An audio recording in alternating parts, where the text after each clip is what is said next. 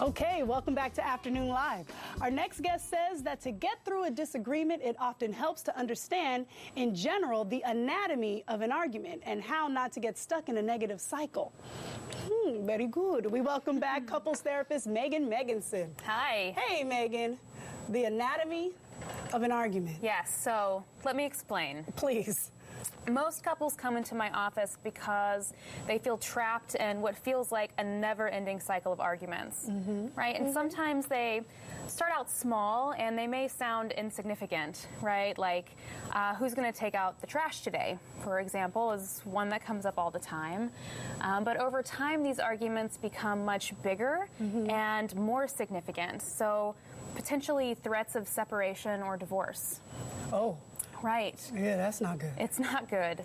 But even when the arguments sound insignificant, the emotions underlying the arguments feel so profound and so important. But this is where couples get stuck.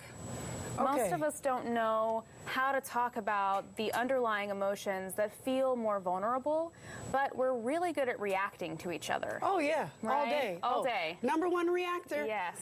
Sitting right here. So reactions are things like defensiveness or being critical to your partner. Some partners shut down, pull away, won't talk at all. Sound familiar? Too familiar. You got a camera in my house? Maybe. But no, it's good that you're here to talk us through it and break it down, because sometimes you sit back after you've had a disagreement with the loved one and you go, what was that really about? Right, because it wasn't really about taking out the trash.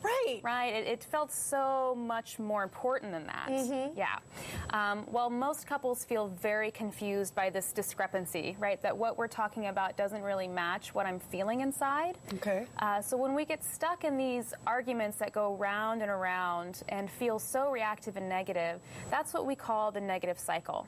Okay, and you're going to explain what that means. Yes. Okay, good. Definitely. So my first tip is that in order to get out of these negative cycle of arguing, you have to be able to identify when it's happening.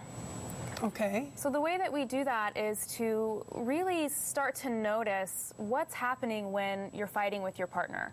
Noticing when you're getting caught in these arguments of defensiveness and criticism and withdrawal. And when that's happening, call it out.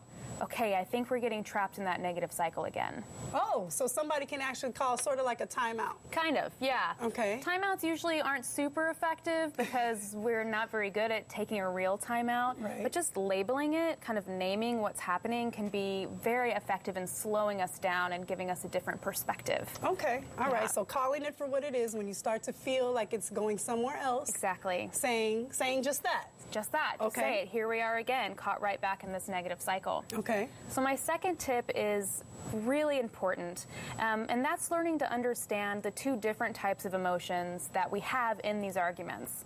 So the first emotion that we have is called a primary emotion, and this is the immediate gut-felt response we have when our partner does something that hurts us. Yeah.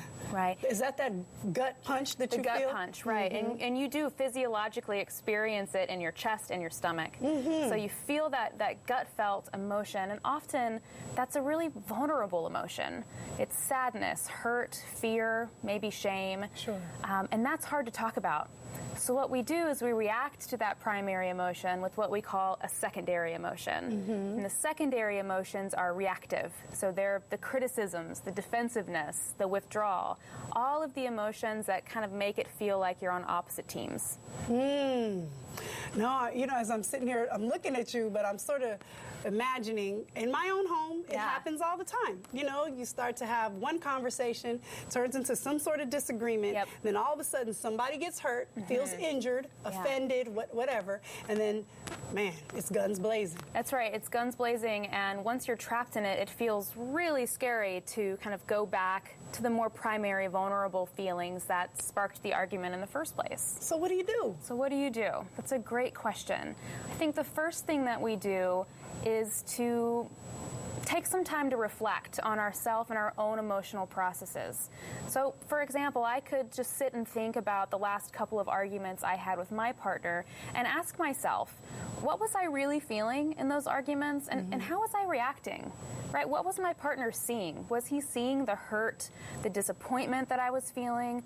Or was he seeing my defensiveness? Was he seeing me kind of telling him off? Was he seeing my anger? Because if your partner sees the reactive emotions, there's no way they can respond to you in a kind, compassionate way. So we need to bring it back to the primary. Bring it back to the primary.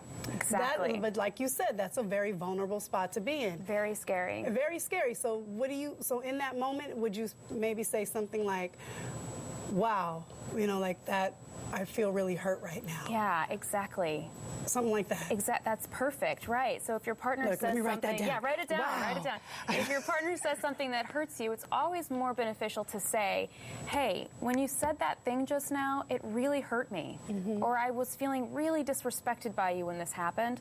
Is always more effective than saying, like, "What's wrong with you?" Right? Like, you always do this. You always only think about yourself, or whatever the dialogue is. That's never helpful. So if we can practice being less reactive with our partners and taking a breath, slowing down, and trying to articulate what we're really feeling, chances are you're going to avoid so many of the arguments, the negative cycle that you've been stuck in. Now, can you wait and do that, or should you do that in the moment?